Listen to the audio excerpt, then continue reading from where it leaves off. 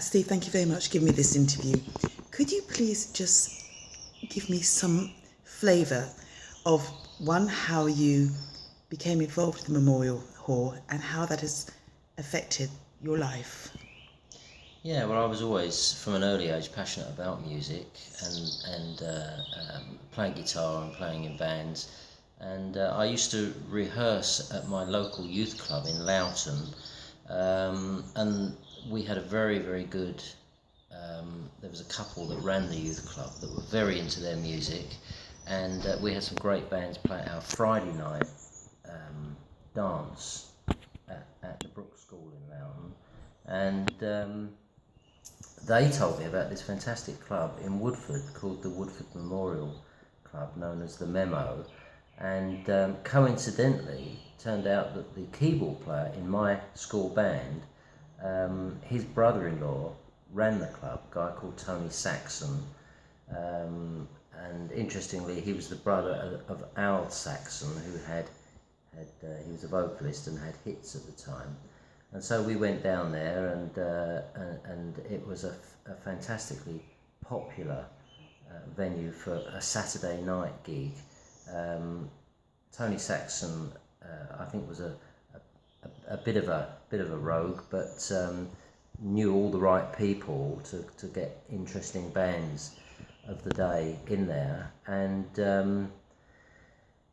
so we started going down there and seeing these lots of brilliant bands, and a lot of them were known nationally, and a few of them had record deals, and one or two had sort of minor hits, and after maybe 6 months to a year of going down there, we persuaded Tony Saxon to let us play some support gigs. And we did that, and it was fantastic because it meant we actually met the headlining bands and talked to the guitar players. But I can remember there being queues outside to get in. It was always very, very popular, and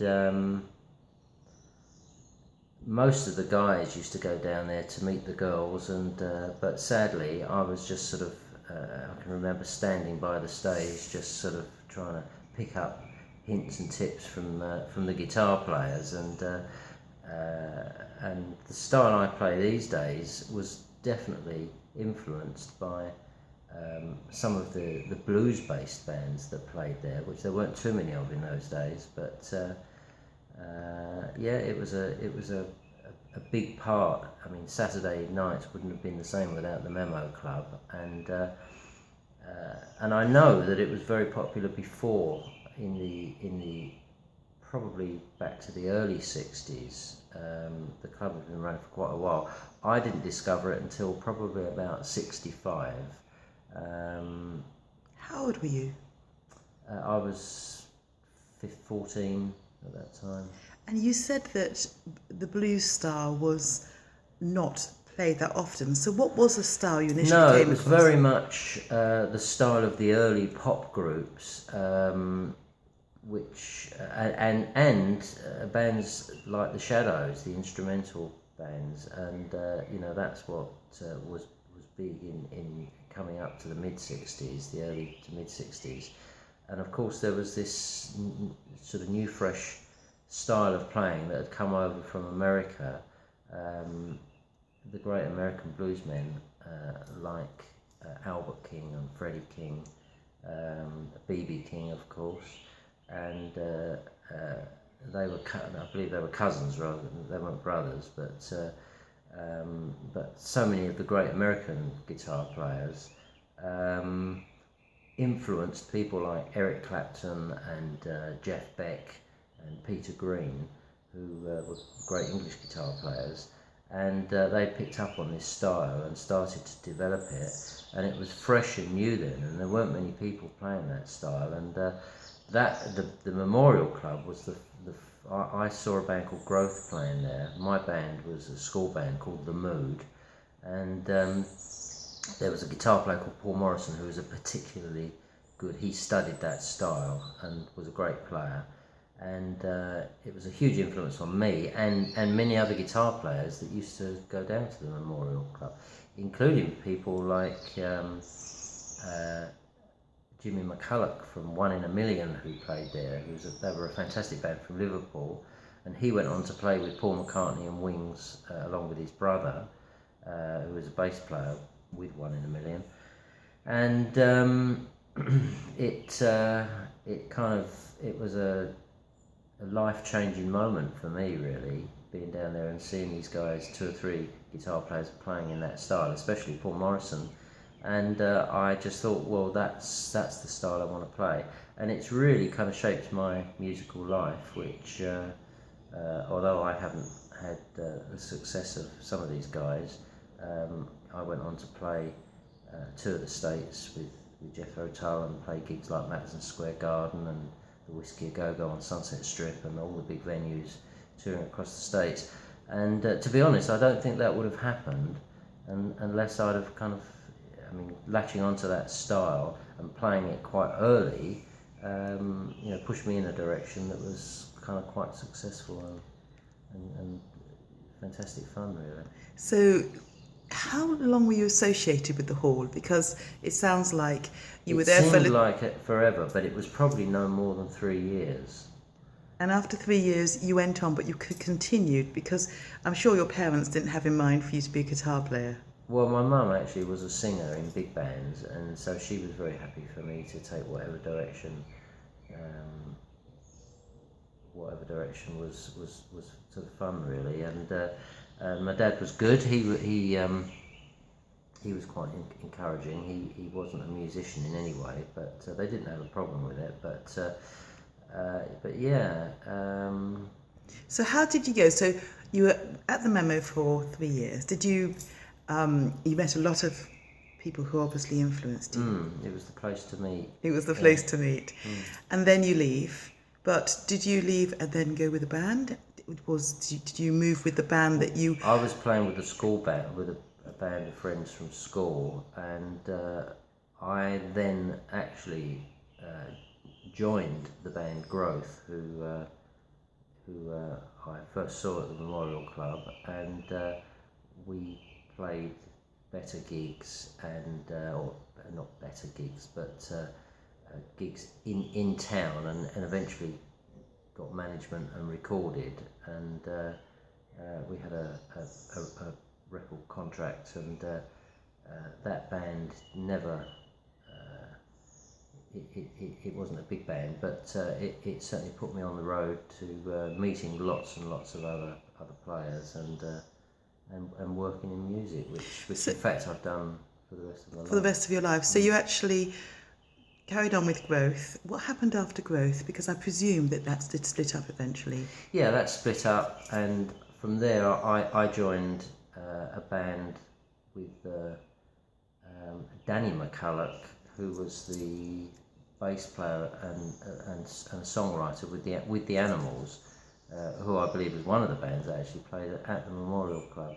And I started sort of touring and playing all around Europe.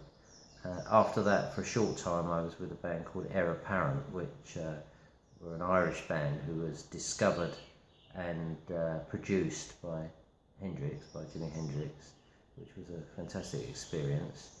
And then and after that, I joined a band called Freedom, which was members of Procol Harum. When Procol split up, initially they broke into two. Gary Brooker and the two keyboard players stayed as Procol Harum, and the original drummer and guitar player formed a band called Freedom, which I joined, and that was the band that we toured all over the world and played some fantastic gigs. On a world stage level, we were always a support band, but nevertheless, it was an amazing experience. Yeah. And then after that, I started my business, which is in the music industry, and 45 years later, here we are. Still involved in music. Still with the business, and having kind And of still, and have played all the way through with bands, and occasionally hooked up with people that I got to know through the Memorial Club, and have played with kind of local London bands. still. Yeah, still doing bits and pieces with people that I That's met a back then. long relationship. Yes. Connection with the hall. Absolutely. So, Yeah. 45 years. That was a big part of where it all started for me. You said that one of the things you remember is the queues to get in. Was it always pretty packed? Yeah. I don't remember it ever not being sort of 2/3 or capacity audiences, and I don't think health and safety played a big part those days. So if you had £5 in your pocket, you could get in. That was it really. But it was fantastic. Different styles of bands as well, from the sort of early '60s pop type groups to some of the early psychedelic bands, and as I say, the blues style bands of the time. Bands sort of copying early Cream, the early Clapton style, and it was always very busy. I don't ever remember there being trouble there, and it was a real mixture. You used to get the sort of flower power hippie type guys, along with mods and a few rockers, and just ordinary guys that were just passionate about their music. And of course there was lots of guys and girls that used to go down there to meet one another, but it was very much, the whole thing revolved around the music. So good times. Thank you so much. Just one last thing. You said that you were told about the memo by your There were people that ran the youth club at the Brook School at the Brook School in Loughton, and you mentioned a little bit about Tony Sachs. How did people find out about the gigs at the Memo? Really, as far as I'm aware, it was just word of mouth, and there was just a buzz about it, and Woodford and Loughton, it's three stops on the Central line, so it just soon became the place to go on a Saturday night. Thank you so much for your time. Pleasure. I really appreciate it. Thanks for the opportunity.